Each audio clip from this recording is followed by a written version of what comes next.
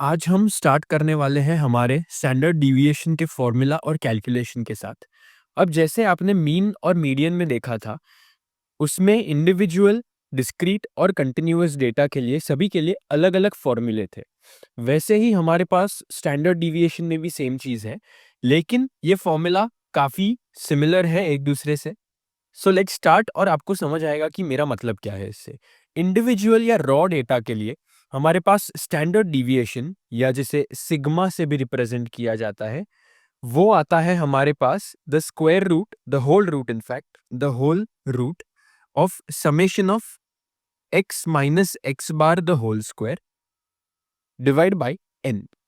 Okay, अब इसमें कौन कौन सी टर्म का मतलब क्या होता है और हम कैसे इन सभी को सब्स्टिट्यूट करेंगे, वो हम आगे जाके देखेंगे हमारे एग्जाम्पल में। ओके, डिस्क्रीट सीरीज के लिए हमारे पास स्टैंडर्ड डिविएशन का फॉर्मूला होता है, इसे भी सिग्मा से रिप्रेजेंट किया जा सकता है। इसके लिए हमारे पास फॉर्मूला होता है summation of F in bracket X minus x bar the whole square divide by N. Okay, अब ये आप डिफरेंस देख सकते हो दोनों फॉर्मूला में। जैसे हमने मीन में डिफरेंस देखा था कि अगर इंडिविजुअल या रॉ डेटा डेटा था हमारे पास, तो उसमें डायरेक्टली समेशन ऑफ एक्स था। लेकिन अगर हमारे पास डिस्क्रीट डेटा था जिसमें फ्रीक्वेंसीज असाइंड थी, तो उसमें हमारे पास आ गया था summation of F into x. वैसे ही हमारे पास यहाँ पर भी यहाँ directly summation of x minus x bar है, यहाँ पर summation of F into x minus x bar है। ओके, ये डिफरेंस दोनों में मीन के जैसा ही है। और कंटिन्यूअस सीरीज में अगर आप मीन के साथ ही कोरिलेट करो इसे, तो इसमें भी आपको सिमिलर चीज देखने मिलेगी। यहाँ पर होगा whole root of summation of F into mid X minus x bar the whole square divide by N. Okay, अब ये मिड एक्स क्या होता है ये भी हमने मीन में देखा था, और हम आगे जाके नेक्स्ट वीडियो में स्टैंडर्ड डिविएशन में भी सेम चीज देखेंगे। लेकिन सबसे पहले आज हम थोड़ा स्लो जाएंगे, क्योंकि ये थोड़ा नया कंसेप्ट है। आज हम कवर करेंगे ओनली इंडिविजुअल या रॉ डेटा। ओके, इसका हम एक एग्जाम्पल कवर करेंगे। हमारे पास लेट्स से ये डेटा दिया गया है हमें। अब आप देख सकते हैं कि ये रॉ डेटा है, क्योंकि यहाँ पर सीरियल नंबर्स अलाइंड है और उसी के साथ उनको वेरिएबल्स असाइन किए गए हैं। इसमें फ्रीक्वेंसी की कोई टर्म नहीं है, इसलिए आप देख सकते हैं कि इसके फॉर्मूला में भी फ्रीक्वेंसी का कोई टर्म नहीं आता। ओके, यहाँ पर हम करेंगे क्या, अगर हमें ये पर्टिकुलर बॉक्स दिया गया है, लेट्स से अगर ये डेटा दिया गया है हमें, तो हमें इसमें दो और कॉलम्स बनानी जरूरी है। अब ये दो और कॉलम्स कौन सी है, यहाँ पर हम अगर दो और कॉलम्स बनाए तो सबसे पहली तो है हमारे पास x माइनस एक्स बार, जो हमें जिसका स्क्वायर हमें यहाँ पर चाहिए उसका हमें एक कॉलम बनाना जरूरी है। और लास्ट कॉलम हमें बनाना जरूरी है x minus x bar the whole square, यानी कि exactly the term which we want here, वो हमें बनाना जरूरी है। Okay, let's start with this. यहाँ पर आएगा x minus x bar the whole square. तो हम इसके साथ स्टार्ट करते हैं। सबसे पहली चीज, यहाँ पर x बार का मतलब क्या होता है। x बार होता है mean. Okay, x bar is the mean of this entire data. और x का मतलब क्या होता है, x is basically the variable. यहाँ पर वेरिएबल यानी कि वेरिएबल हर एक कॉलम के लिए अलग है, लेकिन as we already know, mean जो होता है हमारा वो हर एक के लिए सेम होगा। ओके, यहाँ पर हम करेंगे क्या, मीन फाइंड आउट करने के लिए सबसे पहले हमें चाहिए होगा समेशन ऑफ x। अब अगर आप ये सभी समेशन करने जाओ, अब मैंने यहाँ पर पहले से सभी समेशंस और सभी कैलकुलेशंस करके रखे हैं, मैं सिर्फ आपको तरीका बताने वाला हूँ। लेकिन आप अगर एग्जाम्पल के तौर पे ये कर रहे हैं तो ये कैलकुलेट करके जरूर देखिएगा। ओके, यहाँ पर समेशन ऑफ x जो होता है वो हमारे पास आएगा 440। ओके, ये सभी वैल्यूज को आपको ऐड करना है, आपको मिलेगा 440। ओके, तो ये तो हुआ समेशन ऑफ x। अब हमें पता है कि मीन जो होता है उसका फॉर्मूला होता है summation of x divide by n।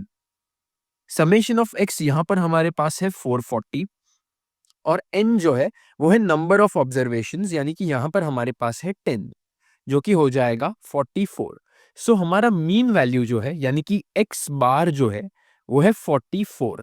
Okay, अब हमें इसमें क्या करना है, ये वाली कॉलम में यहां पर हमें इंडिविजुअल वेरिएबल्स उठाने हैं, यानी कि यहां पर लेट्स से 25 है। ओके, ये x जो है वो 25 हो गया ये पर्टिकुलर केस में। माइनस हमें ये मीन जो मिला है, यहाँ पर 44 जो मीन मिला है, उससे हमें सब्ट्रैक्ट कर देना है। सो यहाँ पर 44 आएगा। अब आप देख सकते हो कि इसमें वैल्यू नेगेटिव आएगी। अब ये जो कॉलम है पूरी, इसमें वैल्यूज नेगेटिव, पॉजिटिव या जीरो, ये तीनों में से कोई भी आ सकती है। It just depends on the values that are given here and the mean that you found out here. Okay, so यहाँ पर प्रॉब्लम नहीं है अगर नेगेटिव वैल्यूज आए तो। Okay, so let's start. यहाँ पर एक एक करके हम कैलकुलेट करेंगे। 25 माइनस 44 अगर आप करोगे, ये होगा -19। ओके, ये आप जरूर कैलकुलेटर पे कैलकुलेट करके देखिएगा स्टार्ट में। इसके बाद की सभी वैल्यूज भी आप पहले करके देखिएगा, बाद में मैं जो बताऊंगा वो आंसर क्रॉस चेक कर देना। ओके, सो यहाँ पर अब हमारे पास आएगा 34 माइनस 44 जो हो जाएगा -10। उसी तरह हम ये रो में आगे बढ़ते जाएंगे। 48 माइनस 44 ये हो जाएगा 4। 36 माइनस 44 ये हो जाएगा -8। 42 माइनस 44 ये हो जाएगा -2। इसके बाद आता है 70 माइनस 44 जो हो जाएगा 26। इसके बाद है 30 माइनस 44 जो हो जाएगा -14। 60 माइनस 44 जो हो जाएगा 16।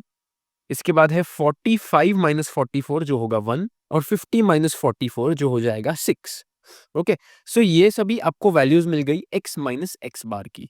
अब यहाँ पर हमारे पास है summation of x minus x bar the whole square.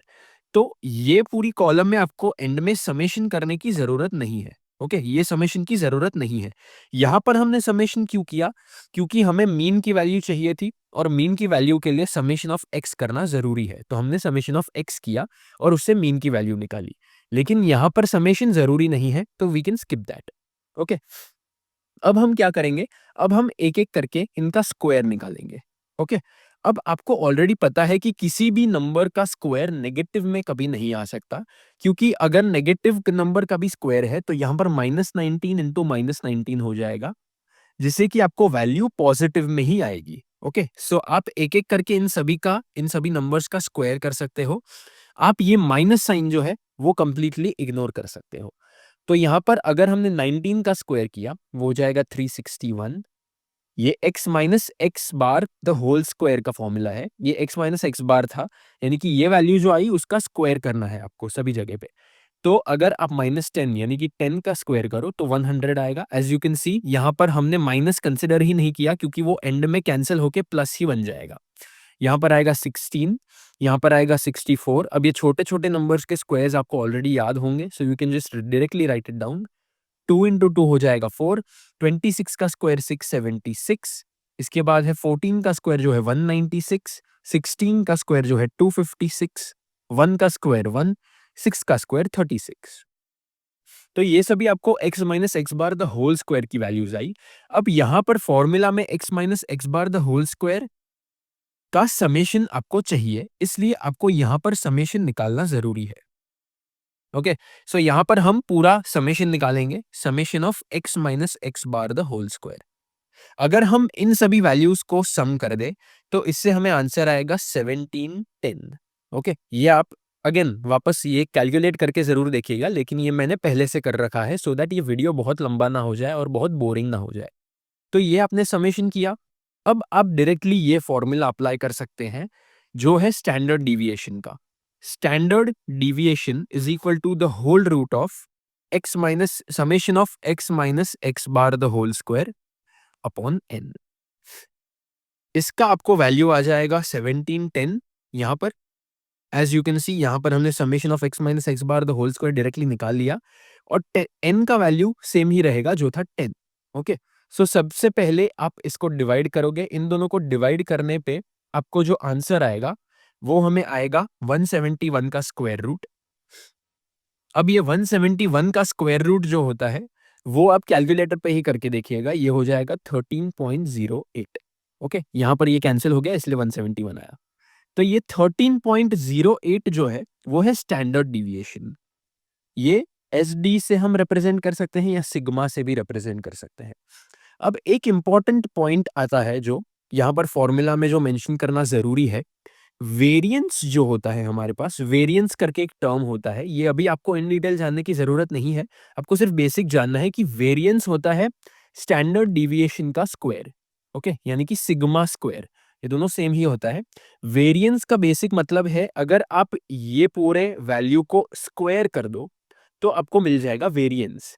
इसका मतलब क्या हुआ कि अगर आपको ये पूरी वैल्यू को स्क्वायर करना है तो इसका मतलब ये स्क्वायर रूट का साइन जो है वो हट जाएगा। ओके, सो अगर आपको एग्जाम में सिर्फ इतना ही आया कि find the value of variance या सिग्मा स्क्वायर, तो आपको डायरेक्टली निकालना है वो without using the square root sign. Okay, so यहां पर अगर हम वेरिएंस का फॉर्मूला लिखें तो वेरिएंस का फॉर्मूला आता है स्टैंडर्ड डिविएशन स्क्वायर, जो कि है summation of x minus x bar the whole square upon n। ये है हमारा वेरिएंस का फॉर्मूला। अब ऑब्वियसली आप जो हमें स्टैंडर्ड डिविएशन का जो इधर आंसर आया है उसको भी आप डायरेक्टली स्क्वायर कर सकते हो, लेकिन ये फॉर्मूला ज्यादा इजी पड़ेगा आपको अगर डायरेक्टली वेरिएंस ही निकालना है, स्टैंडर्ड डिविएशन अगर निकालना ही नहीं है आपको। ओके, सो आपके थोड़े स्टेप्स बच जाएंगे उसमें। आप यहाँ पर देख सकते हो कि ये जो वैल्यू आई थी वही सेम वैल्यू पुट करनी है आपको without the square root sign.